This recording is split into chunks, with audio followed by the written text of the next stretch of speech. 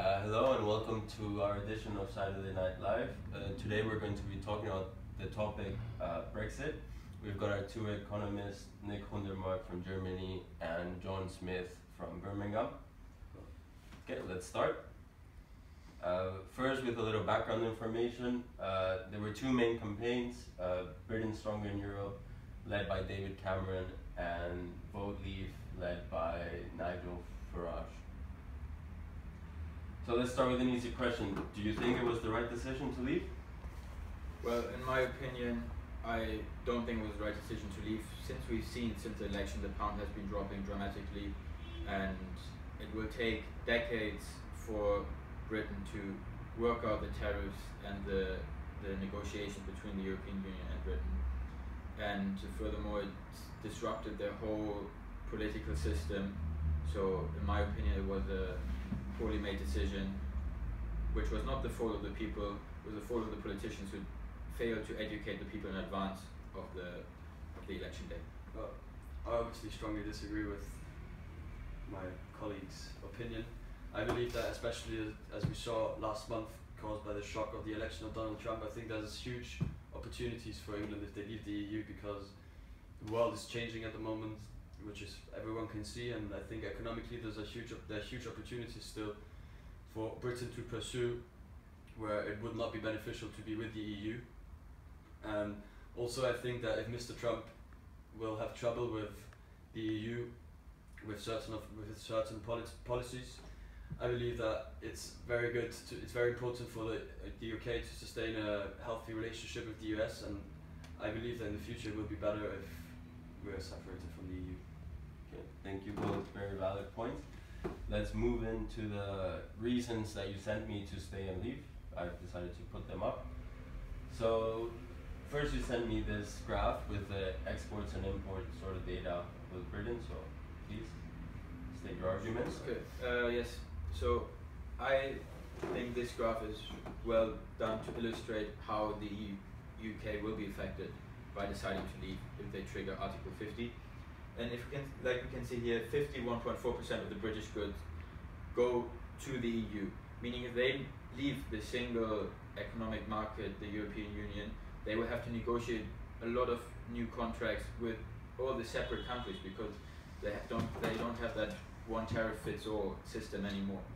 Therefore, they will raise probably Belgium will have different rates for British goat cheese, and Germany who have different rates. So all this takes a lot of red tape, which is increasing instead of decreasing, which was one of their arguments, saying like if they would leave the European Union they would reduce the red tape, but this is clearly not the case, since they have to negotiate much more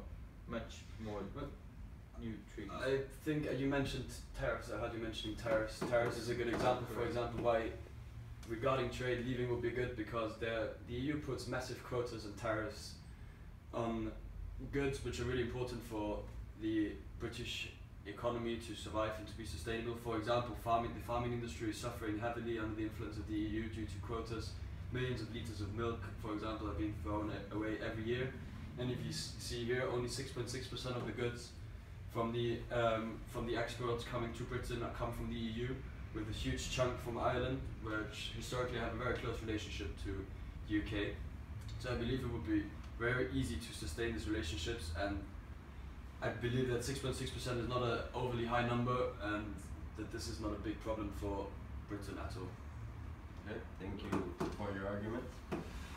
Let's move on. You guys also mentioned a very good point by Nick, that Britain pays $340 per household, which in return receive $3,000 per household.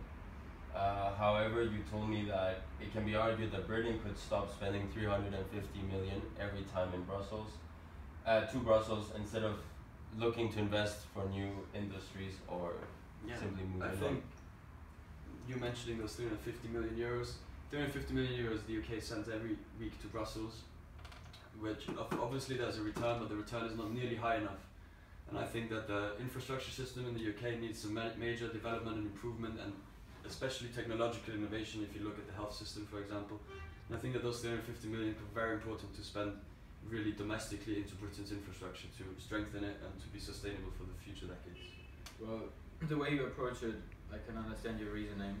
However, if you look at the 340 euros you pay per household to the European Union, and in return you get 3,000 euros, that's over 100% increase per 340 euros you send to the EU. So I'm very convinced that the 350 million you send there every week, which in my opinion is a complete over exaggeration of the actual amount that's sent to the European Union, it makes more sense for you to stay in the EU and get this over 100% increase per $340. And you really believe that these 3,000 are properly being allocated? Yes, I think these 3,000 are being properly allocated, since the people at the top of the government surely know where to put it, and it's being put to the NHS as well. Moving on. Another point that was brought up is the fact that Britain were to stay in the EU, and this would allow them to benefit from a mutual European standard and reduce red tape.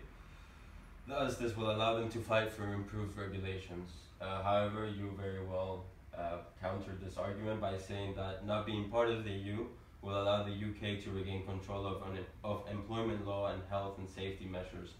And the recent poll actually shows that this could favor UK businesses. Well, should I start? You want to start? I would like to start. Okay, you can start. As I already mentioned before, staying in the EU would reduce the red tape, or at least keep it at the same amount. It wouldn't increase it. Leaving the EU means increase of red tape, because they have to negotiate with every single country their set of tariffs they want to imply for this certain product.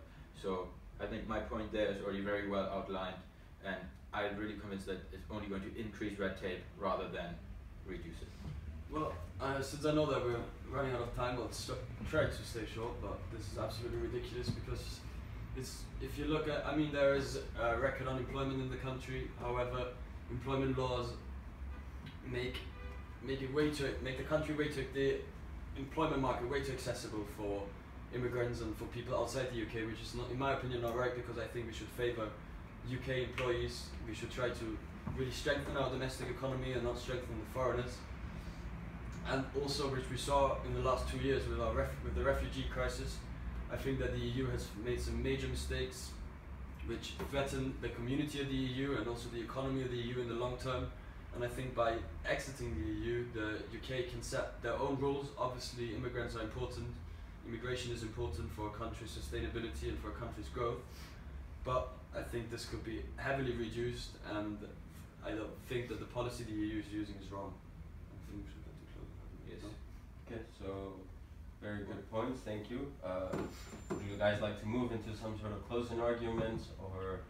I would just like to sum up my points that I believe it was a very good decision by the British population to vote for leave, and it was a historic day for us Brits, for sure, for the future, for decades to come. And I also think that other countries will follow us, because I think we set an example. People saw that it is possible, and in the country you really feel a sort of happiness and excitement about the new times ahead. And I think we will prove to the world that the UK is better off without the EU. Thank you. Well, I still disagree, even after our really constructive debate. I still think that staying in the EU would be more beneficial for the UK, since it helps them with their tariffs. We can work as a community in the EU, and now it's more important than ever after the election of Trump to pull together and stick as a team and face the potential bully America might become, as well as having Russia on the other side. So I think it's important to stick together in these times.